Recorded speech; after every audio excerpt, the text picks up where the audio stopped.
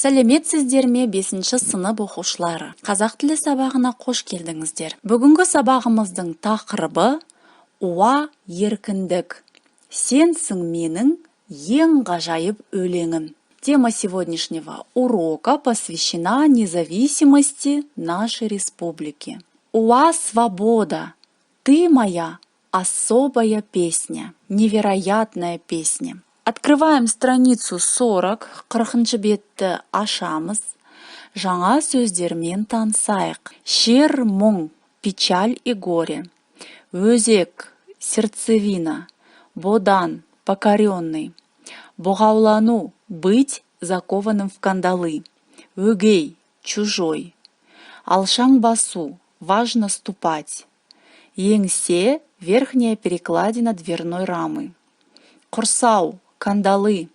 Боздақ, молодой человек. На странице 40 первое задание. Сұрақтарға жауап бер. Еркіндік деген не? Что такое свобода? Еркін өмір сүру дегенді қалай түсінесің? Как ты понимаешь, жить свободно? Значение жить свободно. Қазір біз еркіндікте өмір сүріп жатырмыз ба? Живем ли мы как свободные люди сейчас? Сен тәуелсіз елде еркін өмір сүріп жатырсың ба?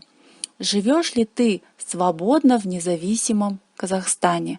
Подумайте, пожалуйста, об ответах. И на странице 40 второе задание. Екінші тапсырма. Суреттерге қара, ғаламтор материалын пайдаланып, желтоқсан оқиғасы туралы қысқаша мәтін құра.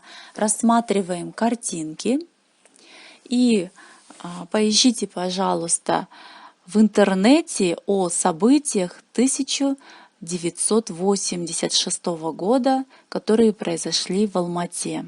Эти события называются декабрьские события в Алмате, известные также как Желтоқсан или Желтоқсан көтерілісі, декабрьское восстание, выступления казахской молодежи, произошедшие 17-18 декабря 1986 года в Алмате, бывшей в то время столицей Казахской ССР, принявшие форму массовых протестов и народных восстаний против решений тогдашней коммунистической власти.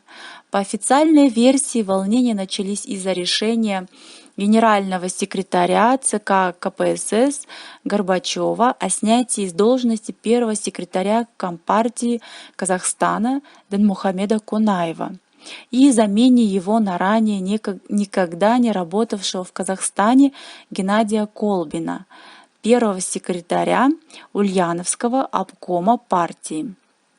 Участники митинга, перешедшего в массовые беспорядки и побоища, требовали назначить на должность главы республики представителя коренного населения.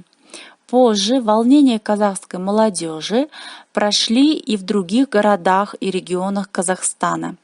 Декабрьские события в Казахстане стали одним из первых в СССР массовых митингов против диктата центра.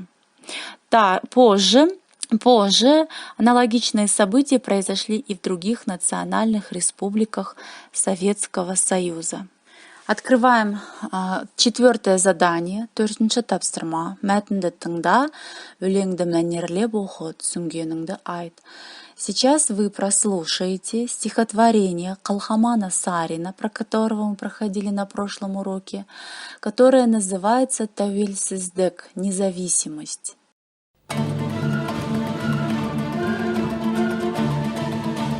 Еркіндігім, қасиеттім, қастерлім, өзің барда, өзегімде жоқ шер мұң, кеше сенің келбетіңді арман қып, боданына бұғауландық бас келдің. Бабалардың басын тікіп бәйгеге, аналардың жанарына жас бердің. Уа еркіндік, қош келдің. Өзегімді өрт қораған қоғамда, өз үйіме өзім өгей болам ба? Алшаң басып жүре алмаса алталаш, азаттығым, қадірің де жоқ онда. Саған жету қиын болса қаншалық, сақтап тұру қиынырақ одан да. Алла берген азаттықтың әр сәті аманат қой, маған, саған, оған да. Саясатқа сермей алмай семсерді, езгі күнге тері қылдым еңсемді, желтоқсанда жалынатып жастығым, құрсау болған темір қоғам теңселді. Есте даңқы қыршындардың қалдыма, 86 ерлігім бей ең соңғы, уа еркіндік, құның немен өлшенді? Уа еркіндік, құның немен өлшенді? Сені көксеп, боздақтарым өлсөлді, сенсің менің ең ғажайып өлеңім, ең шуақты, ең шырайлы, ең шерлі. Әр таңыңды сүйіншілеп тұрайын, Құдай берген ғұмырымда өлшеулі. Қалқаман Сарин.